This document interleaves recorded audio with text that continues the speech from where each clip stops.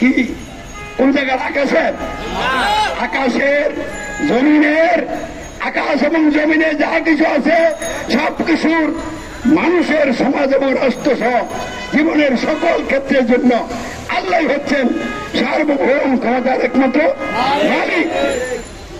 অতএব তিনি সমগ্র বিশ্বজগতের জন্য, সকল সৃষ্টির জন্য, মানুষের সমাজের জন্য, রাষ্ট্রের জন্য, জীবনের সকল দিক এবং বিভাগের জন্য একমাত্র আইনদাতা, বিধানদাতা, নিরঙ্কুশ শাসনকর্তা।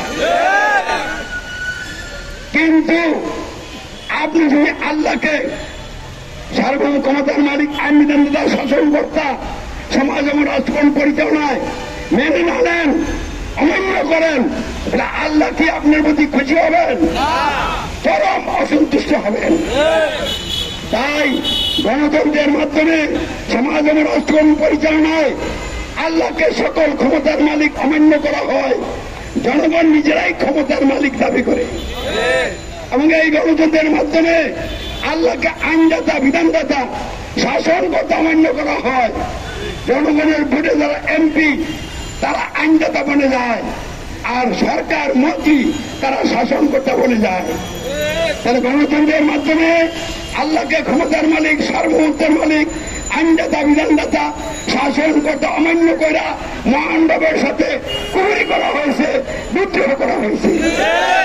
আর সাথে সাথে জনগণ নিজেদেরকে ক্ষমতার মালিক দাবি করে এমপিদেরকে আইনদাতা, মন্ত্রীদেরকে শাসনকর্তার আসলে বসিয়ে মেনে নিয়ে শির করেছে। এই কুফর এবং শির করছে চরম জুলুম, চরম অপরাধ। তাহলে চরম অপরাধ তো চরম দুর্নীতি। সকল অপরাধকে এক কথা দুর্নীতি বলা হয়। আপনি যদি অন্যের অধিকার নষ্ট করেন, দুর্নীতি করলেন। বর্তমান পৃথিবীতে আইনের নামে যা কিছু চালু আছে এগুলো দুর্নীতি ছাড়া আর কিছু নয়, আইন নয়। আমি একটা উদাহরণ দিচ্ছি।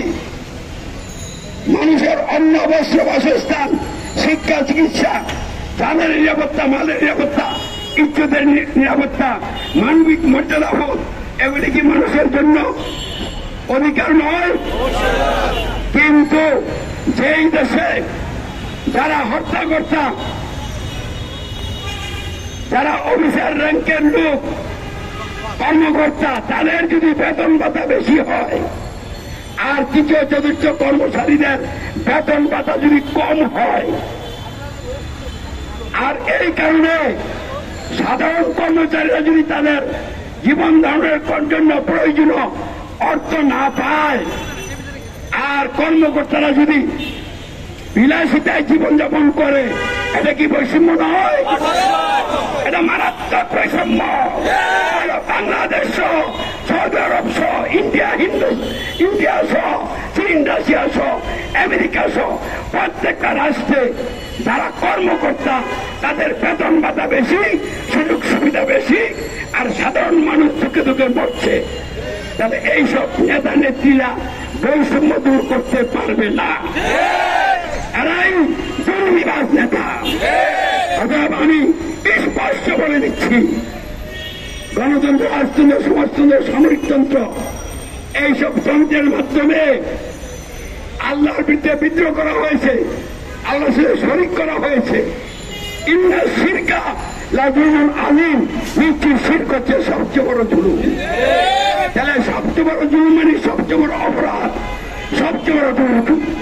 তাহলে গণতন্ত্রে যে চরম দুর্নীতিটা বুঝতে হবে না। তাহলে গণতন্ত্র যারা নেতা হয়, দল গঠন করে, তারা সকলে দুর্নীতিবাদ। তাহলে গণতন্ত্র মানার জিনিস নয়। গণতন্ত্রকে অমান্য করতে হবে, অস্বীকার করতে হবে, গণতন্ত্রকে খতম করতে হবে, দমন করতে হবে। কারণ দুর্নীতি, এই দুর্নীতি দিয়ে রাষ্ট্র চলতে পারে না। তাহলে আজকে যারা বৈষম্য বিরোধী আন্দোলন করতে যাইয়া জীবন দিয়েছেন, আপনাদের মনের আকাঙ্ক্ষা, দেশের মানুষের মনের আকাঙ্ক্ষা দুর্নীতি এবং বৈষম্যমুক্ত সমাজ রাষ্ট্র গঠিত হোক। আজকে কি আপনারা এই জায়গায় আছেন? যদি গভীরভাবে পর্যবেক্ষণ করেন, এই প্রধান উপদেশটা একটা পুতুল হয়ে গেছে। এখন কার পুতুল আছে কদিন পরে বুঝবেন। এই প্রধান উপদেশটা হাসতে হাসতে বক্তব্য দেয়, কিন্তু তার কোন নিয়ন্ত্রণ কোথাও নাই।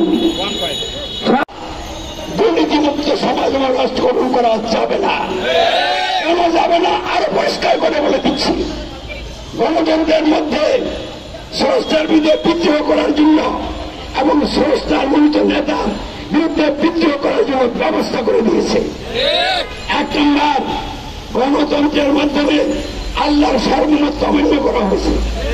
দুই নম্বর, আল্লাহর আইন বিধানের অধিকার আল্লাহ থেকে মানুষের উপরে নিয়ে আল্লাহর অধিকারকে নষ্ট করা হয়েছে।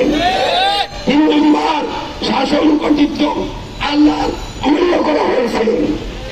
চার নম্বর, আল্লাহর দাসত্বকে বাদ দেওয়া হয়েছে।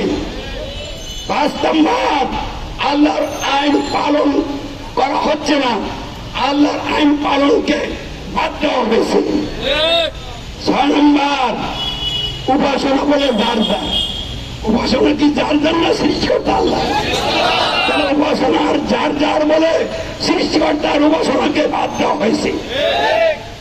এই ছয়টা কুহুরি গণতন্ত্রের ভিতরে এমন ভাবে বসে আছে, যাই গণতন্ত্র মানবে সেই ছয়টা কুহুরির মধ্যে ঢুকে যাবে। দুর্নীতির আখড়া। তাহলে এই বাংলাদেশের মানুষ জানে না, বুঝে না, এই জন্য তারা গণতন্ত্র গ্রহণ করে নিজেরা দুর্নীতির মধ্যে ডুবে গেছে, শিরকুফরির মধ্যে ডুবে গেছে। এই জন্য আল্লাহর আযাব গজবের মাত্রা দিন দিন বেড়েই চলছে। শেখ হাসিনা এবং তার দল আল্লাহর আযাব গজবের মধ্যে পরে তছনছ হয়ে গেছে।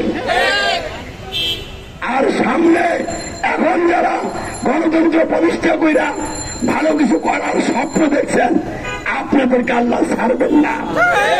এমন ভাবে ধরবেন শেখ হাসিনার চোখ আপনাদের পরিণতি আরো ভয়াবহ হবে।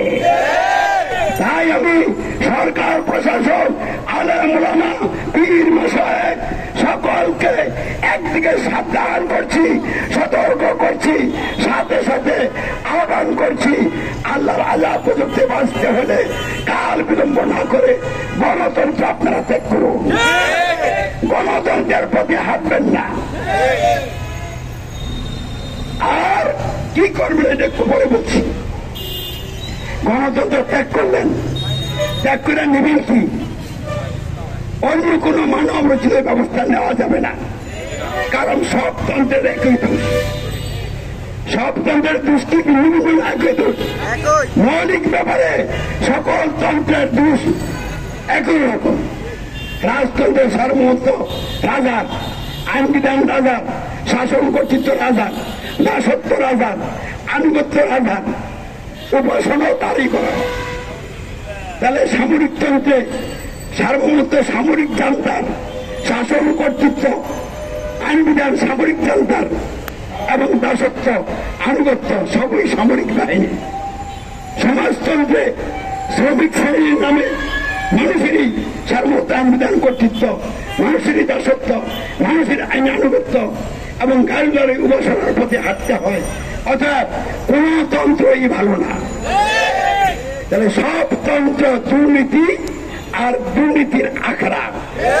তাহলে গণতন্ত্র নিয়ে দুর্নীতি মুক্ত সমাজ হবে না, কারণ গণতন্ত্র দুর্নীতিকে প্রাতিষ্ঠানিক রূপ দেয়। অর্থাৎ গণতন্ত্র আমাদেরকে ত্যাগ করতেই হবে, অন্য কোন মানব রচিত ব্যবস্থা গ্রহণ করা যাবে না, চলবে না।